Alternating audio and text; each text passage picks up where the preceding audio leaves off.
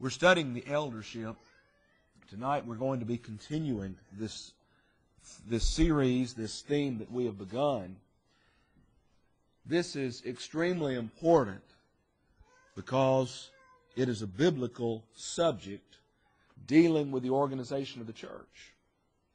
People today are confused. They look at the religious landscape and they see various churches with different names, different kinds of worship, different kinds of organization. One of the ways that we can show people the truth is to take the Bible and to go through and compare the New Testament church with the church which meets here at Lay Lake. We can show them the name. We can show how they worshiped. We can show the work that the early church was involved in, that we are involved in. We can show how people became a part of the early church in the New Testament and what we teach today. But also an extremely important part is to show the organization of the church, including and especially concerning the leadership, elders and deacons.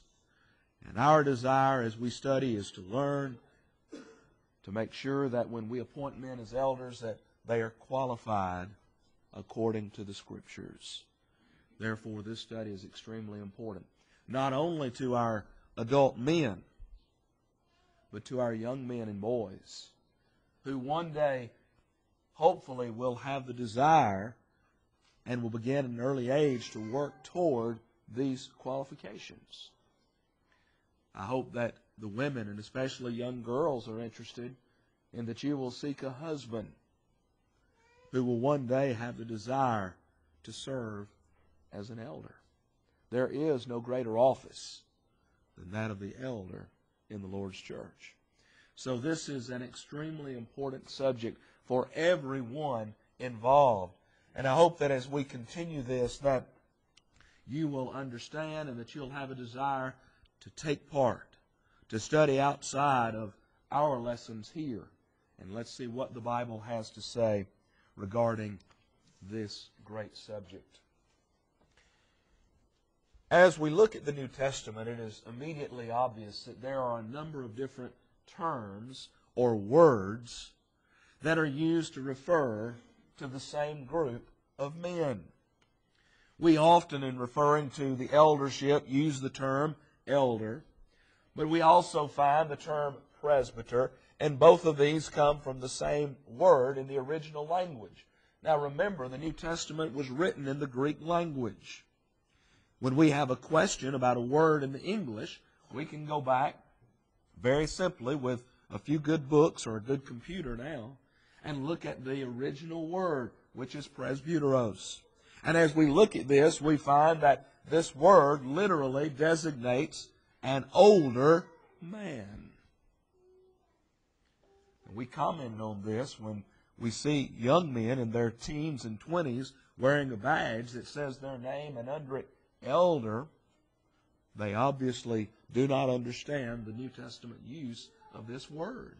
But the term elder, referring to an older man, is a word that has been in a number of different languages for centuries, always with the same meaning. And we understand when the term is used in the secular language what it refers to.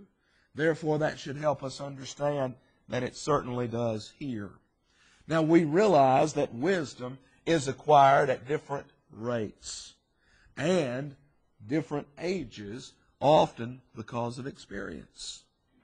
No specific age can be determined to say that a man is wise, sufficiently wise to serve as an elder. Some might have gained enough wisdom by the age of 40, while others by the age of 60 or 70 still might not have that wisdom. It depends greatly upon the study, the background, experience, and a host of other things. Just because a man is older, just because a man may not be a young adult anymore, does not qualify him simply because this one term specifically refers to one who is older. There are many characteristics, there are many things that enter in to one being qualified.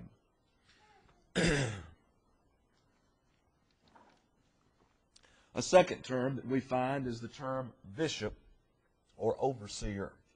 And this also comes from another Greek word, both of these translated from the word episkopos. Now this word is used interchangeably throughout the New Testament with elder. For example, in Acts chapter 20, in verse 17, and from Miletus he sent to Ephesus and called, notice, the elders of the church. Now follow the context. Drop down to verse 28. He said, take heed, this is Paul speaking, take heed unto yourselves and to all the flock over which the Holy Ghost hath made you what? Overseers, to feed the church of God, which he hath purchased with his own blood. Now here in this one context, verse 17 and verse 28, the same men are being spoken of. Paul is talking to the Ephesian elders. Yet he uses two different terms to refer to both of these. This isn't the only example. In Titus chapter 1 and verse 5, notice Paul said, for this cause left I thee in Crete, that thou shouldst set in order the things that are wanting, and ordain, notice, elders in every city as I appointed thee. Let's skip verse 6 and read verse 7. For a bishop, and notice he's beginning with the qualifications. For a bishop must be blameless. And then he goes on as a steward of God and so forth. Notice two different terms referring to the same office. Elders and bishops. Now the word bishop simply means overseer. A third term, or actually set of terms, is pastor or shepherd. These terms simply mean to feed or to tend.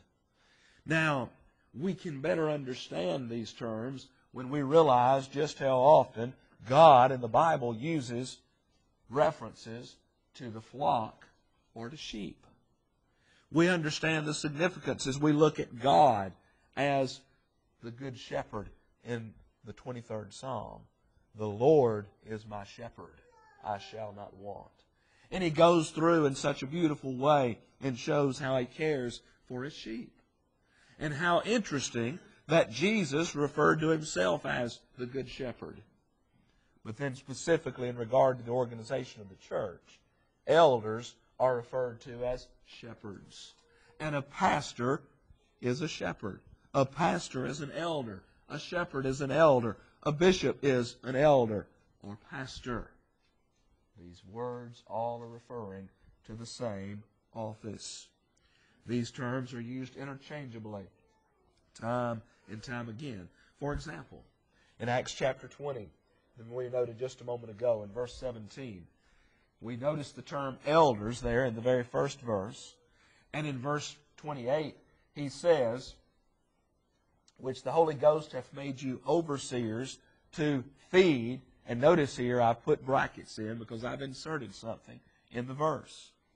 I'm not changing the meaning of the passage. All that is pointed out within the brackets here is the fact that this word feed is to tend. That's the idea in the original language in the Greek. And it's the verb form of the very word we're talking about, pastor.